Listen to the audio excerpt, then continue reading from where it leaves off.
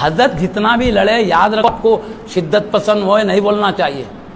ہم ایک عام ولی کو نہیں بول سکتے, بڑے درجے کے ولی ہیں, بڑے بڑے اولیاء اکرام کیا ہے انہوں شدت پسندی. میں آپ کو بولوں ان کی علمی دلالت, ان کی شان, ان کی رفت تو ان لوگوں نے بھی مانا ہے جن کے رد کیے ہیں حضرت نے.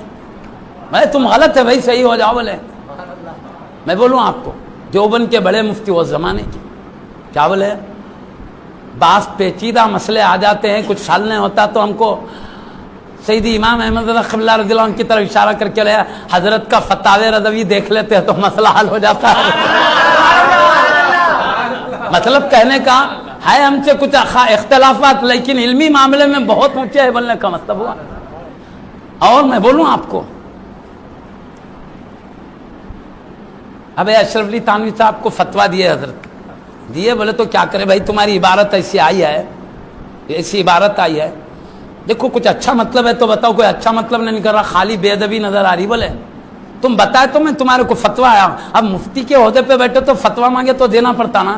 میں تو قوم بولتی بیٹھے کے کو جاؤ تسبیح لے کے بیٹھنا نہیں, آ کے کو بیٹھے نہیں بولتی.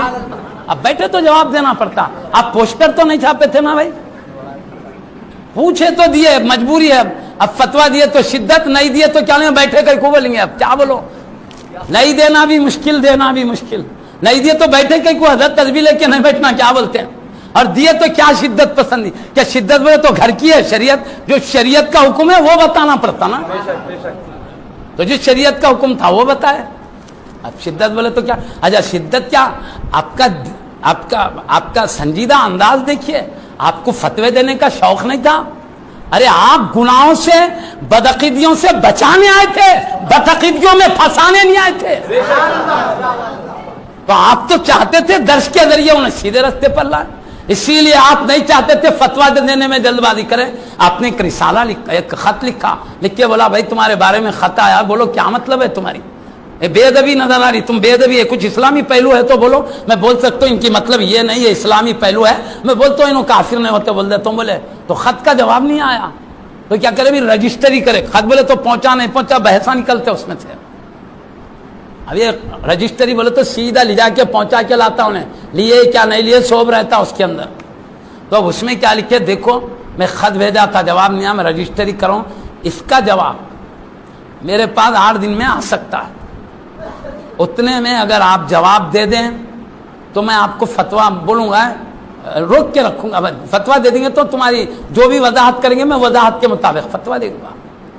اور اگر جواب نہیں دیں گے 8 دن تک دیکھوں گا, جواب نہیں دیں گے تو پھر میں ذمہ دار نہیں. 8 دن کے بعد اگر کبھی بھی میں تم پہ فتویٰ دے تو میں ذمہ دار نہیں. تم کو تو میں بول دیا بتاؤ کیا مطلب ہے اسلامی, بظاہر تو نہیں نظر آ.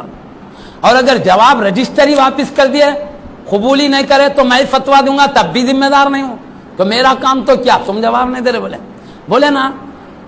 اس کے بعد رجسٹری واپس ہو گئی, تب کہیں جا کے فتویٰ دیے ہیں. تو بولو اس میں شدت کی کون سی بات ہے, احتیاط کریں نہیں کریں, احتیاط کریں نا. اب انہوں نے فتویٰ دیا, اسلامی کوئی پہلو نظر نہیں آ دیے. جو مفتی کی ذمہ داری ہے جو تحقیق کرے, تحقیق میں جو آیا وہ کرنا پڑتا. خاموش بیٹھے تو علمی دیانت ہو جاتی تھی. سمجھ کے بھی ایک بات, اب مجبور تھے بولنے کا مطلب, اور ان کی رہنمائی کر رہے ہیں. لوگ پوچھے تو جو بات ہے شریعت کا ڈھونڈ کے دینا چاہیے, مجبور. لیکن میں کیا کہنا چاہتا ہوں, آپ کوئی اشرف علی تھانوی صاحب سے کینہ کپٹ رکھنے والے نہیں تھے, ذاتی عداوت نہیں تھی. اب تک ایک کلمہ بھی اس قسم کا فتوے کا گیا تھا کیا اس سے پہلے؟ سوچو تاریخ اٹھا کے, کیوں نہیں. جب یہ فتویٰ, یہ سوال آیا ان کے ایک مسئلے کے بارے میں, تبھی تو یہ بات کرنا پڑا. ان کو دشمنی ہوتی تو کبھی پہلے سے دیتے تھے نہیں تھے. کیوں, سمجھنے کی بات ہے بھائی. شوق نے, میں کہنا چاہتا ہوں اولیاء اللہ کے دل کی صفائی, شدت پسندی نہیں تھی, احتیاط مزاج میں تھا. احتیاط کرے بول کے تو خط بھیجے, رجسٹری بھیجے. اب جیسا بولے اب میں مجبور ہوں دے, تم جب فتویٰ دیے جب دیا نا.